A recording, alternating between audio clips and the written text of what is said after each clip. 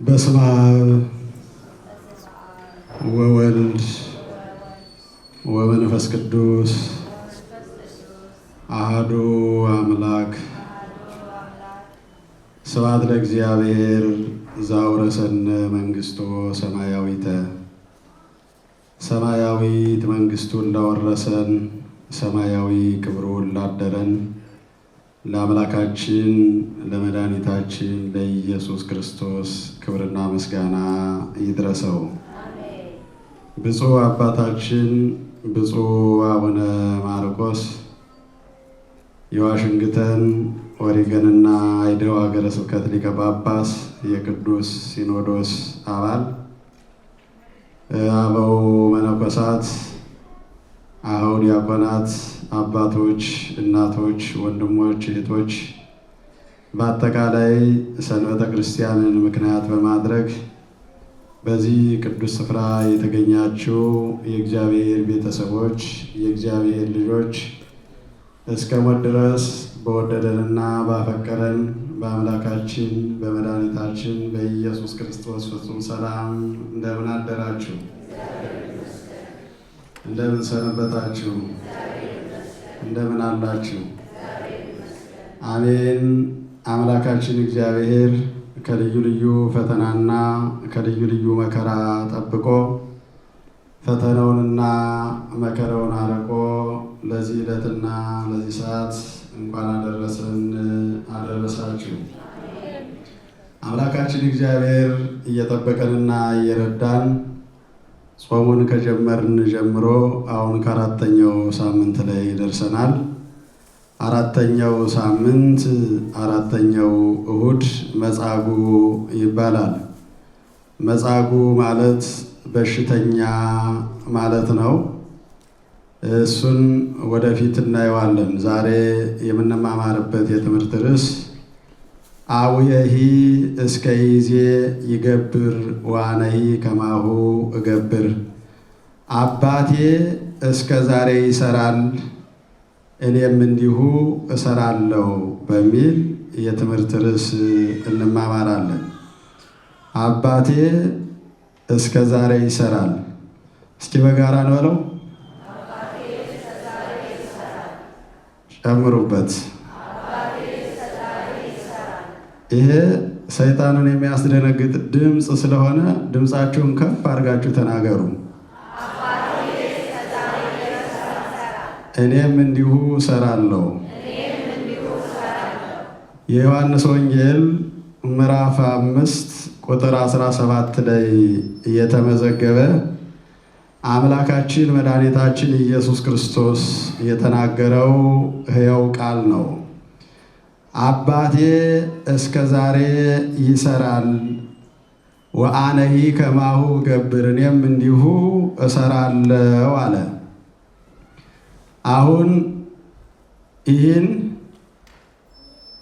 የኛ አባቶች የኛ ወላጆች የሚሰሩበትና የማይሰሩበት ጊዜ አለ።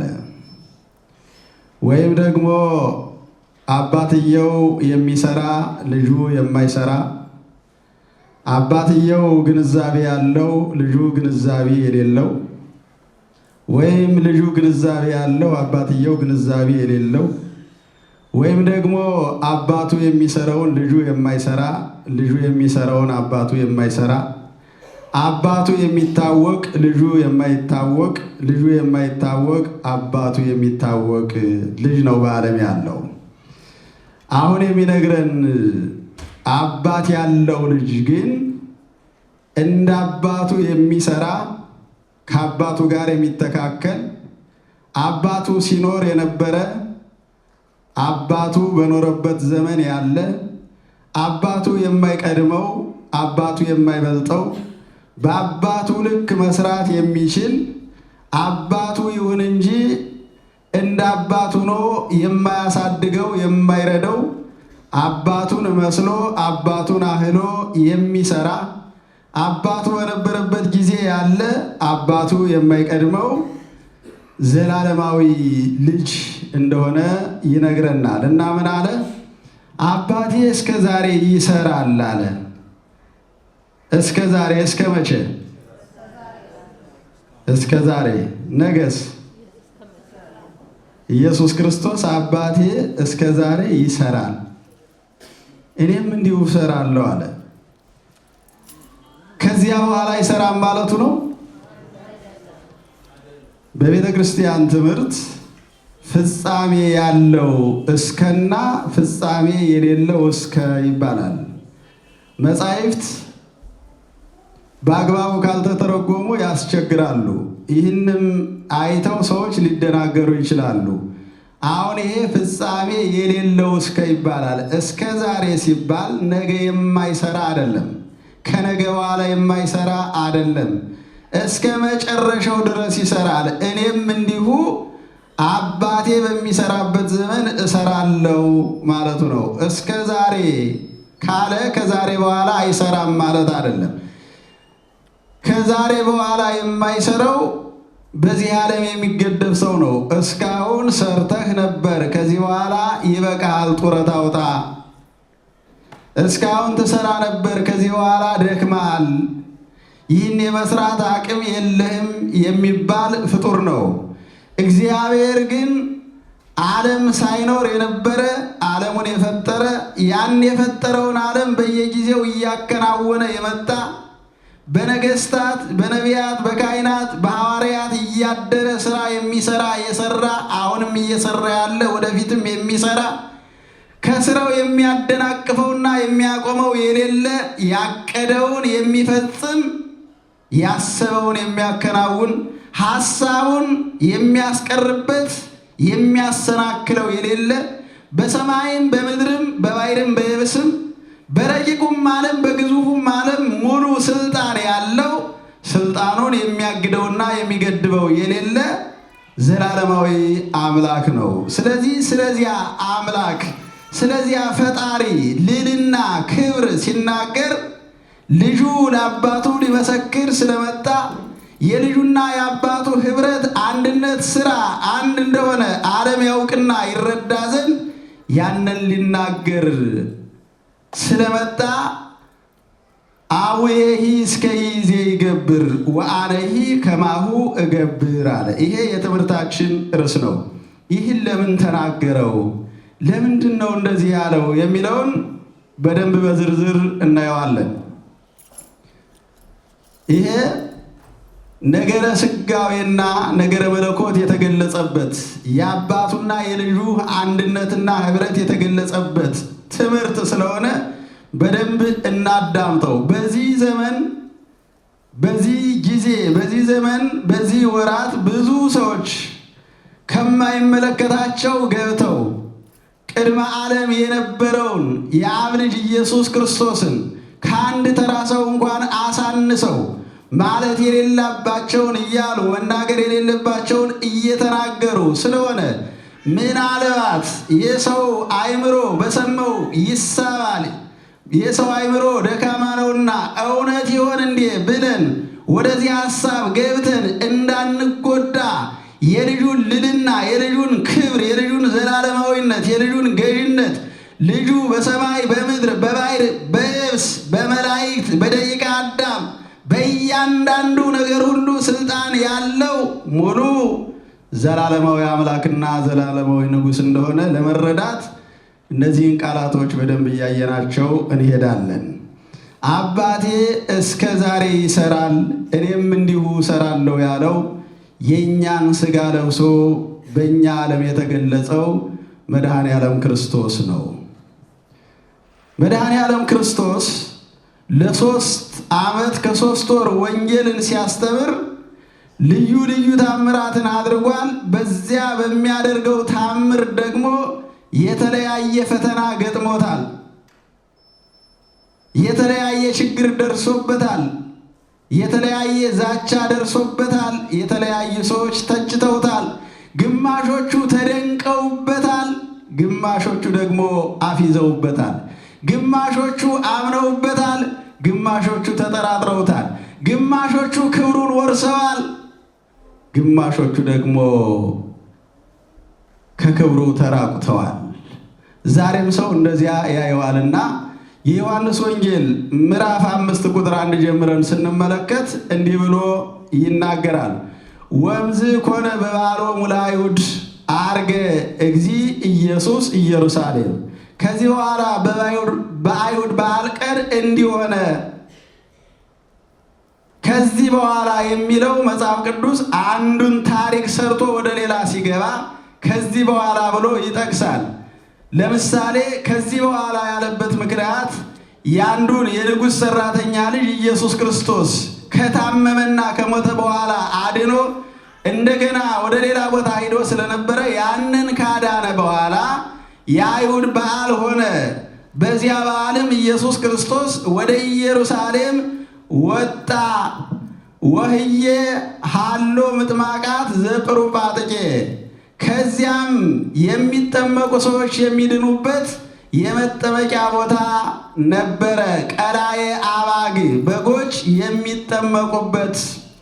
ወበዕብራይስጥ ይብልዋ ቤተሳይዳ፣ በዕብራይስጥ ደግሞ ቤተሳይዳ ይሉታል። ቤተሳይዳ ማለት የይቅርታ የምሕረት ቤት ማለት ነው።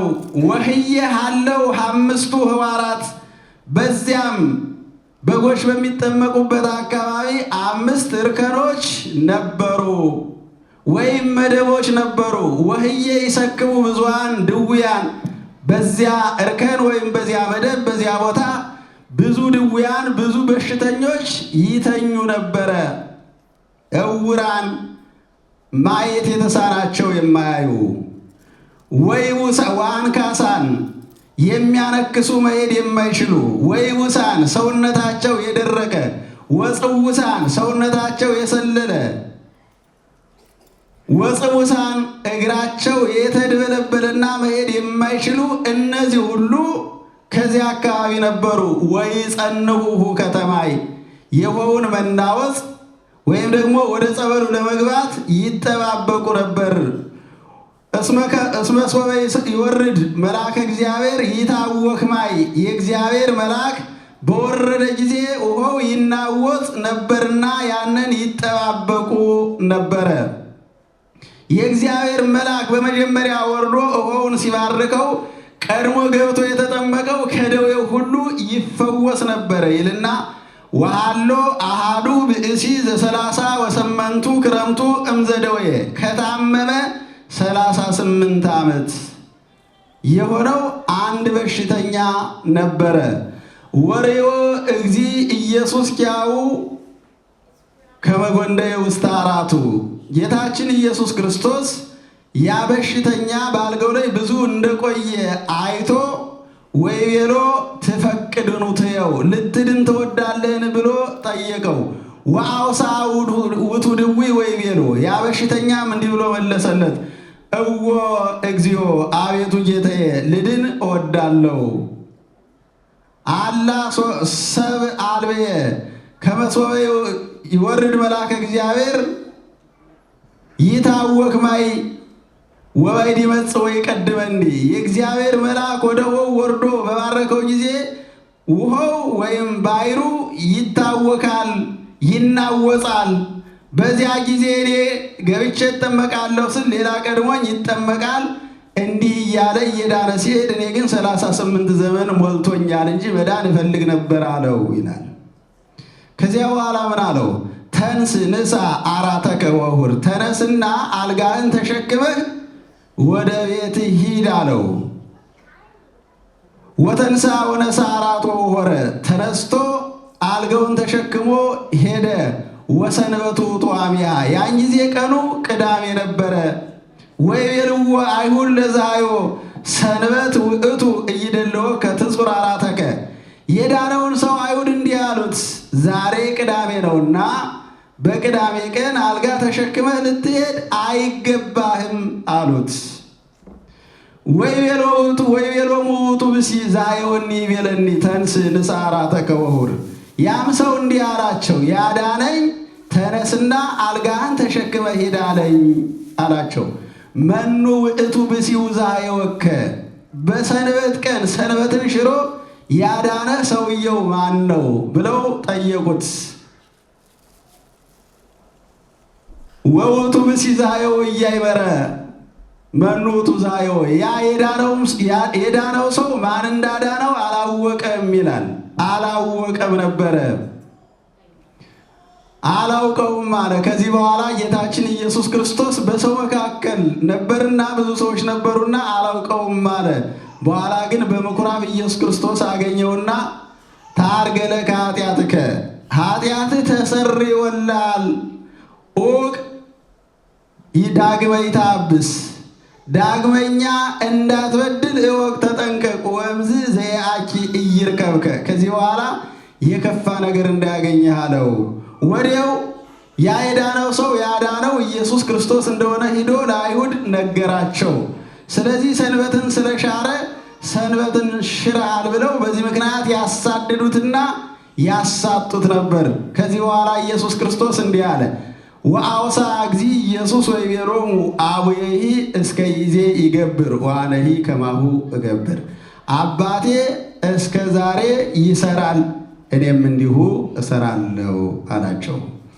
ይህን ጥያቄ ወይም ይህን ቃል ያመጣው ኢየሱስ ክርስቶስ ከዚህ ተነስቶ ነው ማለት ነው። ማንን ሻርክ ስላሉት ሰንበትን ሽረህ በሽተኛውን አድናል አንዱ ክስ ነው። ሁለተኛው ክስ ደግሞ አባቴ ስላለ ራሱን ከእግዚአብሔር ጋር ያስተካክላል ወይም እግዚአብሔር ነኝ ይላል፣ የእግዚአብሔር ልጅ ነኝ ይላል። በእነዚህ በሁለቱ ነገር ይሄ ሰው በድንጋይ ተወግሮ በእንጨት ተሰቅሎ መሞት አለበት ብለው ያካስሱት ስለነበር የሚከሱት ማን እንደሆነ እንዲያውቁ እየተገዳደሩት ያለ እየተጣሉት ያለ ማን እንደሆነ እንዲያውቁ አባቴ እስከ ዛሬ ይሰራል እኔም እንዲሁ እሰራለሁ አለ። ጥሩ። አባቱ እስከ ዛሬ ሲሰራ ልጁ አብሮ አይሰራም ነበረ? አይሰማም? እና ለምንድን ነው አባቴ እስከ ዛሬ ይሰራል እኔም እንዲሁ እሰራለሁ አለ? ምን እያለ ነው? አብሬ ያለው እያለ ነው አለ። አባቴ እስከ ዛሬ ይሰራል። እውነት ነው። ከአባቱ ጋር ዓለምን የፈጠረ እሱ ነው። ከአባቱ ጋር ሰማይን የፈጠረ ምድርን የፈጠረ ባህሩን የፈጠረ የብሱን የፈጠረ ሰውን መላእክትን የፈጠረ የሚታየውንና የማይታየውን የፈጠረ በዚያ ላይ ሙሉ ስልጣን ያለው የሚመግብ ወወቱ ኩሉ ኮነ ሁሉ በሱ ሆነ ዘበሰማይኒ ወዘበ ምድርኒ በሰማይም በምድርም ያለው በሱ ቃልነት ተፈጠረ። ከሱ ውጭ ምንም የሆነ ነገር የለም ብለው አባቶቻችን ሰለስቱ ምዕት የመሰከሩለት ዮሐንስ በወንጌሉ የመሰከረለት በእግዚአብሔር ቃልነት ዓለም ተፈጥሯል። የሆነው ሁኖ ግን ኢየሱስ ክርስቶስ እንዲህ የሚለው ያን ጊዜ የሚታየው በሦስት ክንድ ከስንዝር ቁመት በሚታይ ሥጋ በሚዳሰስ አካል ስለነበረ ሰዎችን መረዳት አቅቷቸዋል። እንዴት እያየ ነው እየበላ እየጠጣ ቤተሰቦቹን እያወቅን እናቱ ማርያም ናት፣ አባቱ ዮሴፍ ነው። ዛሬ መናፍቃን እንደሚሉት ማለት ነው። ዮሴፍ ለሞግዚትነት ለአሳዳጊነት ነበረ የተመረጠው የታጨው። ግን እነሱ እንደ አባት ቆጥረው አባቱ ዮሴፍ መሆኑን እናቱ ማርያም መሆኗን እያወቅን እህቶቹን ወንድሞቹን እያየን እንዴት አባቴ ብሎ ይናገራል ብለው ባልገባቸው ሳይገባቸው ሕይወት መድኃኒት እውነት የሆነውን የእግዚአብሔርን ልጅ አካላዊ ቃል ኢየሱስ ክርስቶስን ለመተቸት ከዚያም አልፎ ለመግደል በድንጋይ ሊወግሩት ፈለጉ። እሱ ግን አስተማራቸው።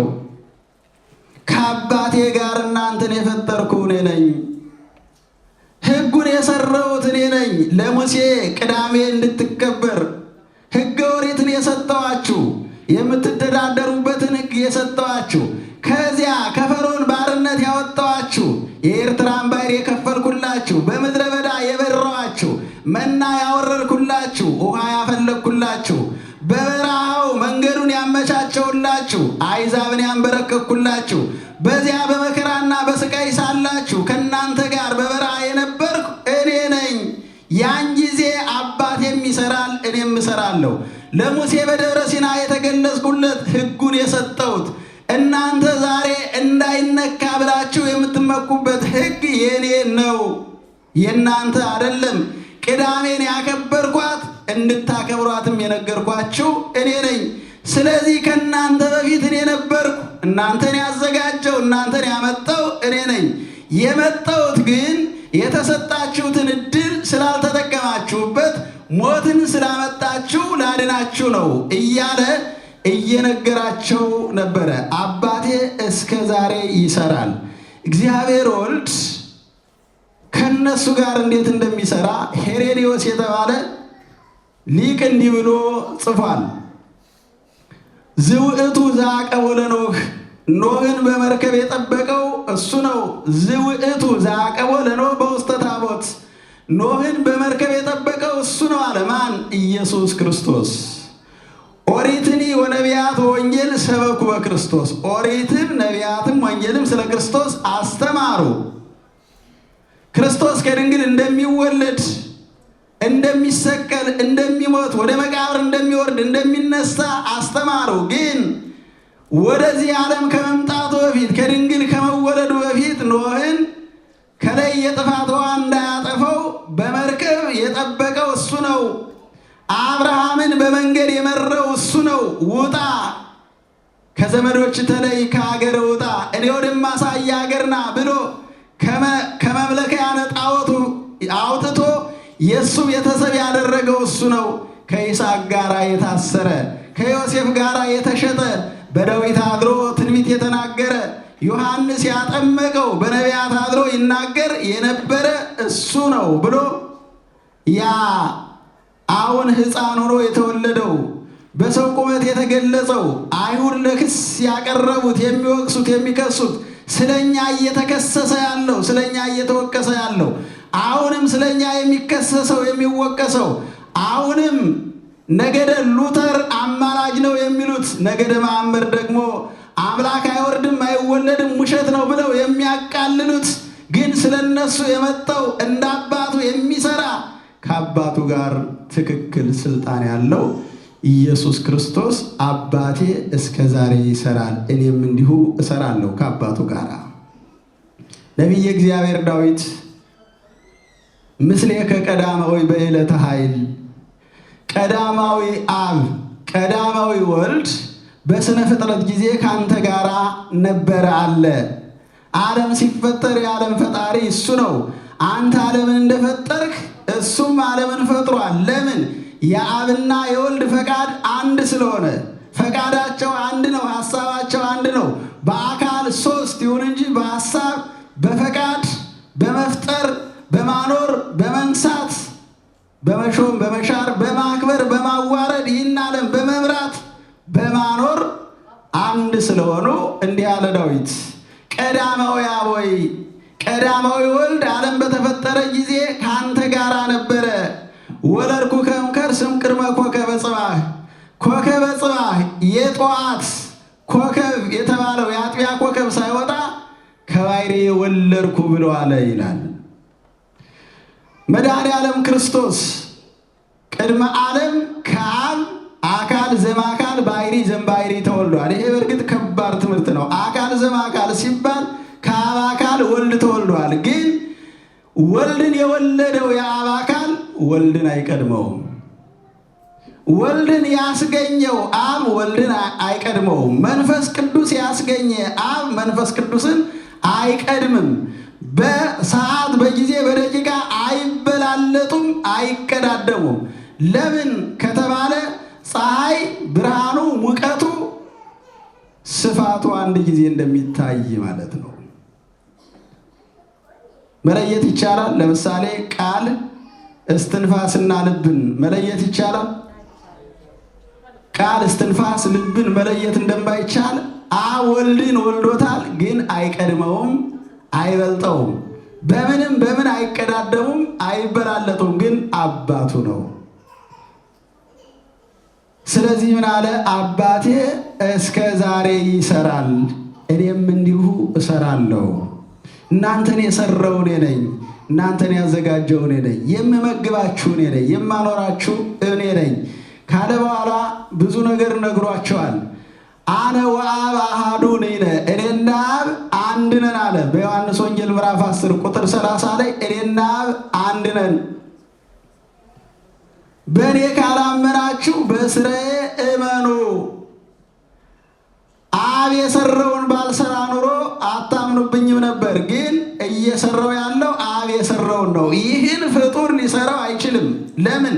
የ38 ዓመት በሽተኛን አንድ ፍጡር በደቂቃ በቅጽበት በቃል ብቻ ለ38 ዓመት በደዌ ዳኛ የነበረውን ሰውነቱ ረግፎ አይደለም አልጋ መሸከም ይችልና ተደግፎ እንኳን መቆም የማይችል ሰውነቱ ተላልጦ የነበረ በ38 ዓመት ውስጥ በበሽታ የተቀጠቀጠ ሰው እግዚአብሔር ሲናገር ግን ቃሉ ሕይወት ስለሆነ መድኃኒት ስለሆነ ያ አልቆ የነበረ ተቀጥቅጦ የነበረ ሰውነት ጸንቶ በርትቶ የተኛበትን የብረት አልጋ ተሸክሞ እንዲሄድ አደረገው። ይህንን ባዕድ ወይም ፍጡር ሊሰራ አይችልም። የሚያድኑ ብዙ ባለመድኃኒቶች አሉ፣ ግን ለማዳን ለማገገም ጊዜ ይጠብቃሉ። ደጋፊ ያስፈልገዋል። መድኃኒት ውሰድ ይባላል።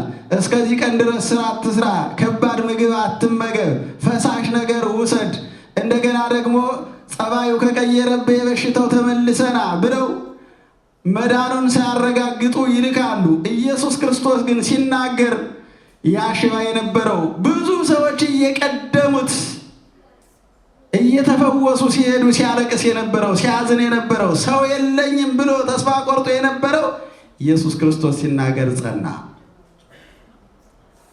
አልጋውን ተሸክሞ ሄደ። ለ38 ዓመት የተኛበትን አልጋ የመሸከም አቅም አገኘ። እንደ ሰው ተራመደ። ሰዎች ያንን አይተው የተደነቁት ተደነቁ፣ ያመኑት አመኑ፣ ያላመኑት ግን ኢየሱስ ክርስቶስን ከሰሱት። ዛሬም ኢየሱስ ክርስቶስን የሚከሱ ሰዎች አሉ። ይሰማቸዋል። ኢየሱስ ክርስቶስ በመጽሐፍ ቅዱስ ታጠበ የሚል የለምና እንደዚያ ከሆነ ብሎ ትችት የሚሰጥ ሰው አለ። አያችሁ ሰው እንደ በጣም ከባድ ነው በእውነት። በዚህ ዘመን የሰው ልጅ የእግዚአብሔር ቸርነት በዝቶ የሰው ልጅ ክፋት ደግሞ ከአቅም በላይ ሆኖ እግዚአብሔር ዝም ስላለ ብቻ ሰዎች የግድ ቅሰፈን እያሉ መቅሰፍታቸውን የሚያዘጋጁበት ጊዜ ነው። ምናልባት ይህን ስናይ ሰዎች ያን እየተናገሩ እግዚአብሔር ስለታገሳቸው ስላልቀጣቸው ሐሳባችን ወደዚያ ሄዶ ያንን ወደ ውስጣችን አስተጋብተን እንዳንጠፋ እንዳንሞት የእነዚያ የጥፋታቸው ተካፋይ እንዳንሆን መጠንቀቅ ያስፈልጋል። ያን ጊዜ ሊወግሩት ድንጋይ ሲያነሱበት የነበረውን አይሁድን በደቂቃ የማጥፋት ስልጣን አለው። መድኃኔዓለም ክርስቶስ ቢፈልግ የፈጠረውን ምድርና ሰማይ ማገለባበጥ ይችላል። ጴጥሮስን እንዲህ ብሎታል። ጴጥሮስ ኢየሱስ ክርስቶስ በተያዘ ጊዜ ሰይፉን መዞ የአንዱን የሊቀ ካህናቱን ሰራተኛ ጆሮውን ቆረጠው ይላል። ግን ምን አለ? ጴጥሮስ ሰይፍን ወደ ሰገባ መልስ፣ እኔ ለሱ አይደለም የመጣሁት እንጂ ከፈለኩ እኮ የአባቴ ሰራዊት የማይታዩ ግሩማን መላእክት አሉ፣ እነሱን ማምጣት ይቻላል። ጦርነት አይደለም የመጣሁት። እሱ ብቻ ሳይሆን መድኃኔዓለም ክርስቶስ ሁሉን የማድረግ ስልጣን አለው። ሲፈልግ ሁሉንም ያደርጋል። በተሰቀለ ጊዜ ምድርን አንቀጠቀጣት ይላል። ያን ጊዜ ምድር ተናወጠች፣ ዓለም በጨለማ ተያዘ፣ ተጨነቀ። ግን ቸርነቱ እንደገና አጸናትና እስከ ጊዜሽ ባለሽበት ጽኝ አላት። ስለዚህ ኢየሱስ ክርስቶስ ሁሉን ማድረግ የሚችል እንደ አብ ስልጣን ያለው የባሕርይ አምላክ ነው። ግን ለምንድን ነው እንደዚህ የተተቸውና የሚተቸው ከተባለ የእኛን ሥጋ ስለለበሰ ለእኛ ነው እየተወቀሰ ያለ። ስለዚህ ኢየሱስ ክርስቶስ ትላንት ሲሰራ የነበረ ዛሬም የሚሰራ እየሰራ ያለ ነገም የሚሰራ እስመ ኢየሱስ ክርስቶስ ዘተማለም ወይም ወክመውቱ እስከ ለዓለም ቅዱስ ጳውሎስ እንደነገረን በዕብራውያን መልእክቱ ምዕራፍ 13 ቁጥር 17 ላይ እንዲህ ብሎ ይናገራል። ተዘከሩ መኳንንቲክሙ ዘነገሩክሙ ቃለ እግዚአብሔር፣ የእግዚአብሔርን ቃል የነገሯችሁን መምህሮቻችሁን አስቡ። እንዘ ትሬዩ ሰናየ ግዕዞሙ ወተመሰሉ በሃይማኖቶሙ፣ መልካም ስራቸውን እያያቸው በእምነት መሰሏችሁ። እስመ ኢየሱስ ክርስቶስ ዘትማልም ወይወሞክሙ እስከ ለዓለም፣ ትናንትና በነበሩት መምህራን አድሮ ያስተምር የነበረው ኢየሱስ ክርስቶስ ነው። አሁንም ባሉት መምህራን አድሮ የሚያስተምረው ኢየሱስ ክርስቶስ ነው። ነገም በሚነሱት መምህራን አድሮ የሚያስተምረው ኢየሱስ ክርስቶስ ነው። ትናንትና ባሉት አባቶች አድሮ ቤተ ክርስቲያንን የባረካት የቀደሳት ኢየሱስ ክርስቶስ ነው። ዛሬም ባሉት አባቶች አድሮ ቤተ ክርስቲያንን የሚባርክ የሚቀድስ ኢየሱስ ክርስቶስ ነው። ነገም በሚነሱት አባቶች አድሮ ቤተ ክርስቲያንን የሚመራ ኢየሱስ ክርስቶስ ነው። ትናንትና ባሉት እናቶች አባቶች ምዕመናን አድሮ ቤተ ክርስቲያንን ያነጸ የገነባ መባቸውን የተቀበለ ያከበራቸው ኢየሱስ ክርስቶስ ነው። ዛሬም ባሉት አድሮ ሕሊናቸውን እያነሳሳ መባ እንዲሰጡ ቤተ ክርስቲያን እንዲገነቡ ጥሪ ሳይደረግላቸው ወደ ቤቱ እንዲመጡ የሚያደርግ በእያንዳንዱ ልቡና ያለ የእያንዳንዱን መንፈስ የሚቀሰቅስ ኢየሱስ ክርስቶስ ነው። ነገም በልጆቻችን ላይ የሚሰራ ኢየሱስ ክርስቶስ ነው። ኢየሱስ ክርስቶስ ትላንት የነበረ ዛሬ ያለ ነገ የሚኖር መነሻም መድረሻም የሌለው የሁሉ መገኛና መድረሻ ማለት ነው። ግን በዘመን በሥጋ ተገልጧል። በዘመን በሥጋ ስለተገለጠ የፍጡር ቃል ሲናገር ተሰምቷል። ይሰማችኋል? ፍጡር የሚናገረውን ቃል ሲናገር ተሰምቷል። እንዲህ ይላል፣ ተውበኒ ስልጣነ ሰማይ ወምድር ማባዌ፣ ከአባቴ የሰማይና የምድር ስልጣን ተሰጠኝ ይላል። አሁን ተሰጠኝ የሚለውን ብቻ ነው ሰው የሚወስደው። ከአባቴ የሰማይና የምድር ስልጣን ተሰጠኝ ይላል። ሰው የማይገባውና የማያገናዝበው የትኛው ፍጡር ነው የሰማይና የምድር ስልጣን የተሰጠው የሚለውን ደግሞ ማገናዘብ አይችልም። ተሰጠኝ ካለ አብ ሰጭ ከሆነ ወልድ ተቀባይ ከሆነ ስለዚህ ወልድ ፍጡር ነው አማላጅ ነው ብለው ምስጢሩ ሳይገባቸው የሚከሱ ሰዎች አሉ። ግን ጥሩ፣ ከፍጡር የሰማይና የምድር ስልጣን የተሰጠው ሰው አለ? ለሙሴ ተሰጥቷል፣ ለኤልያስ ተሰጥቷል፣ ለኤርምያስ ተሰጥቷል፣ ለኢሳይያስ ተሰጥቷል፣ ለጴጥሮስ ለጳውሎስ ተሰጥቷል? የለም። የሰማይና የምድር ስልጣን የተሰጠው ለእኛ ሥጋ በኋላ ዘመን ከቃል ጋር ለተዋሃደ ትላንትና ምንም አይነት ሰማያዊም ምድራዊም ስልጣን ላልነበረው ራቁቱን ለነበረው በገሃነም ወድቆ የአጋንንት መጫወቻ ለነበረው ጸጋዎች ሁሉ ተወስደውበት ስደተኛ ለነበረው ለሥጋ ነው ተሰጠው የተባለ። ስለዚህ የባሕርይ አምላክ ሆነ ሲባል እነዚህን ነገሮች ማየት ያስፈልጋል። ነገረ ሥጋዌን ስንመለከተው አክባሪ አለ፣ ክብር አለ፣ ከባሪ አለ። ይህንን በደንብ መማር ይኖርብናል። በእርግጥ ይሄ ከባድ ነው፣ ግን እንወቀው። ዘመኑ ፈታኝ ስለሆነ ክርክር ስለበዛ ሕሊናችንም ስለሚጠይቅ ስለምንጠየቅ ልጆቻችንም ስለሚጠይቁን ሚዲያው ስለ ሃይማኖት እየሰበከ ሚዲያውን እያጨናነቀው ስለሆነ ስለዚህ ትክክለኛውን ነገር ማወቅ ያስፈልጋል። አብ ወልድ መንፈስ ቅዱስ ስልጣናቸው አንድ ነው አይደል? አንድ ነው። ወልድ በተለየ አካሉ ወደዚህ ዓለም መጥቶ ከድንግል ማርያም ተወልዷል። ስለዚህ አብ ወልድ መንፈስ ቅዱስ አክባሪዎች ናቸው። ወልድ ክብር ነው፣ ሥጋ ከባሪ ነው። ያ ማለትን ማለት ነው ሥጋ ከቃል ጋር ሳይዋድ ከዚያ በፊት ምንም አይነት ክብር አልነበረውም። የአምላክነት ክብር፣ የመግዛት ክብር፣ ዘላለማዊነት፣ የመስጠት፣ የመንሳት፣ የመግደል፣ የማዳን፣ የመሾም፣ የመሻር ክብር አልነበረውም። በራሱ ክብሩን አጥቶ ስደተኛ ነበረ ሥጋ። ግን የእግዚአብሔር ልጅ እግዚአብሔር አብ፣ እግዚአብሔር ወልድ፣ እግዚአብሔር መንፈስ ቅዱስ ፈቅዶ የእግዚአብሔር ልጅ አካላዊ ቃል ሲመጣ ለሥጋ ክብር ሆነው። ክብር ሆነው ማለት ምንድን ነው? የእሱን አምላክነት ለሥጋ ሰጠው፣ አምላክ አደረገው። የእሱን ዘላለማዊነት ለሥጋ ሰጠው፣ ዘላለማዊ አደረገው። የእሱን ገዥነት ለሥጋ ሰጠው፣ ዘላለማዊ ንጉሥ አደረገው።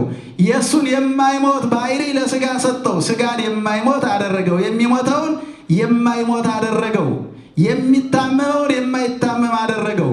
የሚጠፋውን የማይጠፋ አደረገው። በዘመን የተወሰነውን የማይወሰን ዘመን እንዲኖረው አደረገው። ለምን? ሥጋ ማነው? ቃል ለሥጋ ክብር ሆነው ሥጋ ደግሞ በቃል ከበረ። ከተዋሂዶ በኋላ ኢየሱስ ክርስቶስ ፍጡር ነው አይባልም።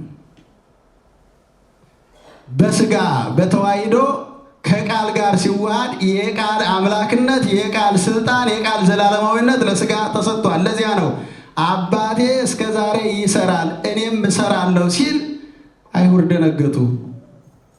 እንዴ ይሄ እኮ ሰው ነው፣ እንዴት ሊሰራ ይችላል? አይሁድ ብዙ ጊዜ ተሸውደዋል። እነሱ የሚጠብቁት እነሱን ከሮም ባርነት ነፃ የሚያወጣቸው መሲህ በበረት የሚወለድ መስሎ አልታያቸውም። ከመወለዱ ጀምሮ ተቸግረዋል። ይሄ ነው ወይ በረት ላይ የተወለደ ለዚያውም ደግሞ ከአንዲት ድሃ ከአንዲት ብላቴና ከማርያም የተወለደ እስራኤልን ከመከራ ነፃ የሚያወጣቸው?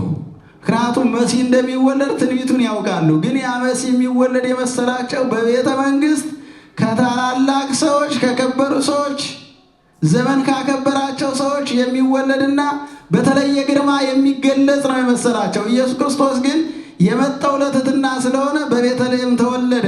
እንደገና ደግሞ በጨርቅ ሲጠቀለል አዩት። ሄሮድስ ሲያሳድደው ሲሰደድ አዩት። ይሄ አይደለም የዮሴፍ ልጅ ነው፣ እመቤታችን ከዮሴፍ ጋር ስለነበረች የዮሴፍ ልጅ ነው ብለው የማይታመውን መድኃኔዓለም ክርስቶስን አሙት። ግን መድኃኔዓለም ክርስቶስ ትላንትና ከአብ ጋር የነበረ ዛሬም ከአብ ጋር የሚሰራ ነገም ከአብ ጋር የሚኖር የአባቱን ስራ መስራት የሚችል የአባቱ ስራ ያልተጓደለበት አምላክ ነው። ከአባቱ የሚበልጥ ልጅ አለ፣ ከልጁ የሚበልጥ አባት አለ። ከአባታቸው የበለጡ ልጆች አሉ። አባታቸው ምንም የማያውቁ ልጆች ግን ዓለምን ያስተዳደሩ የመሩ። እሴይ ምንም አልነበረው፣ ዳዊት ታላቅ ታሪክ አለው። አካዝ ምንም አልነበረውም፣ ሕዝቅያስ ታላቅ ታሪክ አለው። የተለያየ ሰዎች ታሪክ ከሌላቸው ሰዎች ተወልደው ታሪካዊ ሆነዋል። የእግዚአብሔር አብ ልጅ ኢየሱስ ክርስቶስ ግን ታሪኩም ማንነቱም ዘመኑም ስልጣኑም ኃይሉም ክህሎቱም ከአባቱ ጋር አንድ ነው። ስለዚህ ይህን ማወቅ ያስፈልጋል። ይህን ካለ በኋላ ኢየሱስ ክርስቶስ ምን አለ እንዲረዱት? ወበከመ አብ ያነሥኦሙ ለሙታን ከማሁ ወልድኒ ለዘፈቀደ ያዩ። አብ ሙታንን እንደሚያስነሳቸው ወልድም የወደደውን ያድናል። ስለዚህ የአብ ስልጣን ስልጣኑ ነው ማለት ነው። አብ ሙታንን እንደሚያስነሳ ወልድም ሙታንን ያስነሳል። አብ ድውያንን እንደሚፈውስ ወልድም ድውያንን ይፈውሳል። አብ ባሕር እንደሚከፍል ወልድም ባሕርን ይከፍላል። አብ መና እንደሚያወርድ ወልድም መና ያወርዳል። አብ ሕፃናትን በማይፀን እንደሚፈጥር ወልድም ሕፃናትን በማይፀን ይፈጥራል። የአብ ስራ የወልድ ስራ ነው፣ የወልድ ስራ የአብ ስራ ነው። በሁለቱ መካከል መለያየት የለም፣ ተፈልጦ የለም፣ ልዩነት የለም። ስለዚህ እስመ ግብረ ዘይገብር አብ ከማሁ ወልድኒ ይገብር። አብ የሚሰራውን ስራ ወልድም እንዲሁ ይሰራዋል። ከመ ያክብርዎ ሰብ ለወልድ፣ ሰዎች ሁሉ ወልድን ያከብሩት ዘንድ ይላል። አብ የሚሰራውን ስራ ወልድም እንዲሁ ይሰራዋል። ሰዎች ሁሉ ምን ይሉት ዘንድ? ወልድን ያከብሩት ዘንድ፣ አምላክ ነው ይሉት ዘንድ። አብ እንደሚፈጥር ወልድ ይፈጥራል፣ አብ እንደሚያከብር ወልድ ያከብራል። ያ ማለት ሁለት አምላክ አለ ማለት ግን አይደለም። ይሰማል። በመፍጠር አንድ ናቸው ብለናል። በአካል ግን ሁለት ናቸው ወይም ሶስት ናቸው። አብና ወልድ ስንል የአብ የራሱ አካል አለው፣ የወልድ የራሱ አካል አለው፣ የመንፈስ ቅዱስ የራሱ አካል አለው። በመፍጠር በማኖር በመሻር በመሾም ሁሉም አንድ ናቸው። በስልጣን አንድ ስለሆኑ፣ በሐሳብ አንድ ስለሆኑ፣ በፈቃድም አንድ ስለሆኑ። ስለዚህ ምን አለ? ወልድን ሰዎች ሁሉ ወልድን ያከብሩት ዘንድ አብን ያከብሩታል። ወልድን የማያከብረው አብን አያከብረውም ይላል። ስለዚህ ሰዎች የተሳሳቱት ከዚህ ላይ ነው። ወልድን የማያከብር አብን አያከብርም። ወልድን የባሕርይ አምላክ ያላለ አብን የባሕርይ አምላክ ቢል አይሆንም። የጎደለው ነገር አለ። እግዚአብሔር ኢየሱስ የባሕርይ አምላክ ነው ተብሎ ካልታመነ እግዚአብሔር አብ በዚህ ደስተኛ አይደለም። እንዲህ ብሏል፣ ዝንቱ ውእቱ ወልድየ ዘአፈቅር ወሎቱ ስምዖ። እሱ የምወደው ልጄ ነውና ምን በሉት? እሱን ስሙት ብሎ ኢየሱስ ክርስቶስ የአብ የባሕርይ ልጁ እንደሆነ እሱን ሊያስተዋውቅ እንደመጣ ዓለምን ሊያድን እንደመጣ ራሱ እግዚአብሔር አብ መስክሯል። ስለዚህ ኢየሱስ ክርስቶስ ያስተማረውን የሰራውን የተናገረውን ሁሉ የማመን ግዴታ አለበት። ያን ያላመነ ሕይወት የለውም ብሎ ዮሐንስ በመልእክቱ ጽፏል ማለት ነው። እነዚህን ነገሮች በደንብ አድርገን ልናውቃቸውና ልንረዳቸው ያስፈልጋል። የዮሐንስ ወንጌል ምዕራፍ 1 ቁጥር 14 ላይም እንዲህ ብሎ ይናገራል። ወውቱ ቃል ሥጋ ኮነ፣ ያ ቃል ሥጋ ሆነ፣ ወአደረ ላዕሌነ፣ በእኛም ላይ አደረ። ወርኢነ ስብሐቲሁ ከመ ስብሐተ አሐዱ፣ እንደ አባቱ ያለ ክብሩን አየንለት ይላል። እንደ አባቱ ያለ ክብሩን ቅድም እንደነገርኳችሁ አባቱ ክብር ሊኖረው ይችላል። በዚህ ዓለም ያለ ሰው ልጁ ግን ክብር ላይኖረው ይችላል። አባቱ የሚከበር ይሆንና ልጁ ደግሞ የተዋረደ ሊሆን ይችላል። ወይ ደግሞ ልጁ የተከበረ ሆኖ አባቱ ያን ክብር ላያገኝ ይችላል። ግን ምን አለ ሐዋርያው? እንደ አባቱ ያለ ክብርን አየንለት። ወይም ደግሞ እስመ ኩሉ ዘወላዌ ዚአየውቱ፣ የአባቴ የኔ ነው የኔ የአባቴ ነው ብሎ ይናገራል እግዚአብሔር ወልድ። በነገራችን ላይ እግዚአብሔር ወልድ ከአብ የመጣ የአብ ልጅ እንደሆነ ዓለምን ለማዳን የመጣ እንደሆነ እንድናውቅለት ደግሞ ደጋግሞ መልሶ መላልሶ አስተምሮናል። ለምን? በዚህ ሕይወት ያልገባ ሁሉ በሞት መንገድ እየሄደ ስለሆነ እና አባቴ የሚሰራውን እኔም እንዲሁ እሰራለሁ ብሏል። የአባቱ ስራ ዓለምን መመገብ ነው። የእሱም ስራ ዓለምን መመገብ ነው። እንዲያውም እናጉለው ካል ቤዛ ሆኖ ያዳነን ኢየሱስ ክርስቶስ ነው። ይሰማችኋል? አብ አልተሰቀለም፣ መንፈስ ቅዱስ አልተሰቀለም። አብ ሥጋ አልለበሰም፣ መንፈስ ቅዱስ ሥጋ አልለበሰም። በተለየ አካሉ ወደዚህ ዓለም መጥቶ የድንግል ማርያምን ደመ ድንግልና ከፍሎ ያንን ደም ከቃል ጋር ከራሱ ጋር ተዋሂዶ 9 ወር በማይጸኗ ቆይቶ እንደገና ተወልዶ እንደ ሕፃናት አርጎ 30 ዓመት ሲሞላው መምህር ሲሆን ወንጌልን አስተምሮ በመጨረሻ በቀራንዮ አደባባይ ለቤዛ ዓለም ቤዛ ሆኖ በተለየ አካሉ ተሰቅሎ ሥጋውን ቆርሶ ደሙን አፍሶ የታሰሩትን ከእስራት ያስፈታቸው የዘላለም ሕይወት የሚሆነን ሥጋውን ደሙን የሰጠን እግዚአብሔር ወልድ ነው። በፈቃዱ ግን አብም አሉበት መንፈስ ቅዱስም አለበት ማለት ነው። እስመ በፈቃዱ ወበስምረተ አቡ ወመንፈስ ቅዱስ መጽአ አዳነነ። በአባቱ ፈቃድ በእሱ ፈቃድ በመንፈስ ቅዱስ ፈቃድ መጥቶ ሰው ሆኖ አዳነን ይላል። ስለዚህ እግዚአብሔር ወልድ ወይም ኢየሱስ ክርስቶስ የባሕርይ አምላክ እንደሆነ ማመን ይኖርብናል።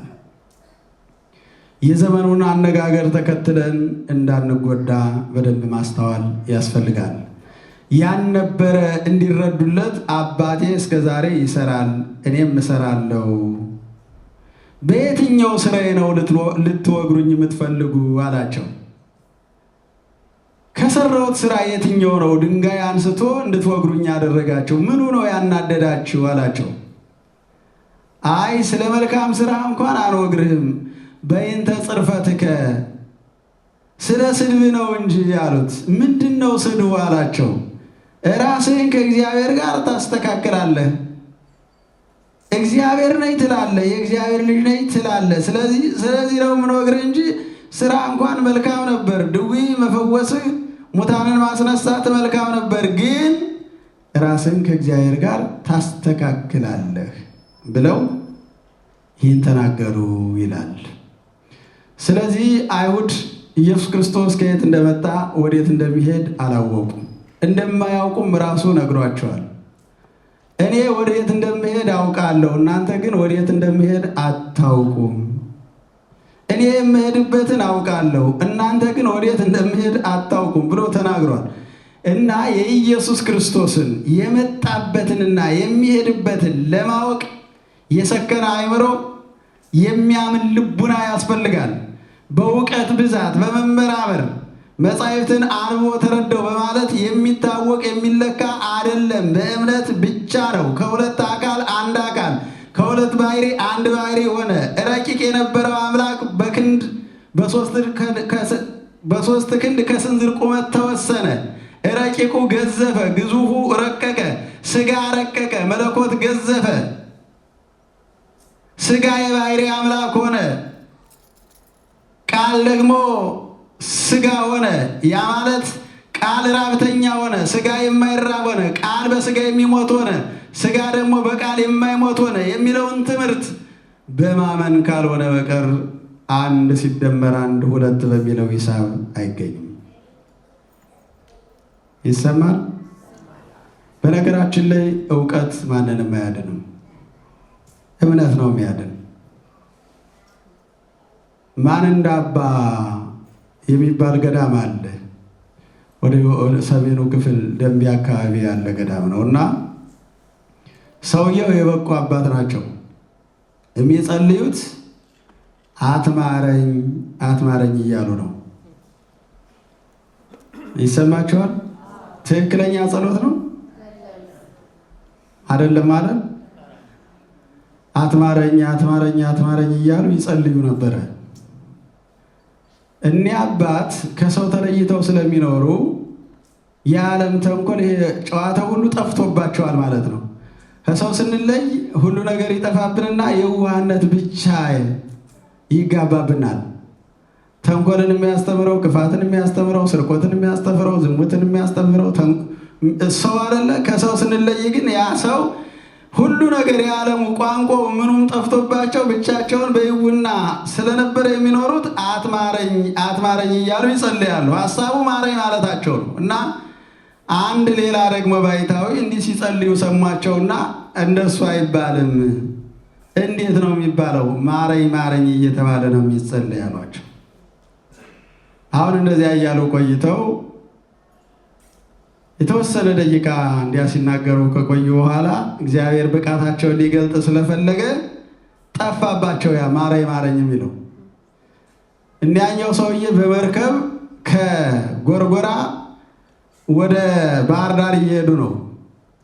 እኒህኛው ሰውዬ ደግሞ ከጎርጎራ ገብተው በባሕሩ ላይ በጣና ባሕር ላይ ሲሮጡ ባሕሩ ያሰጥማቸውም። ባሕሩ ግን እንዳፈር ሲሞል ያኛው ያየዋል።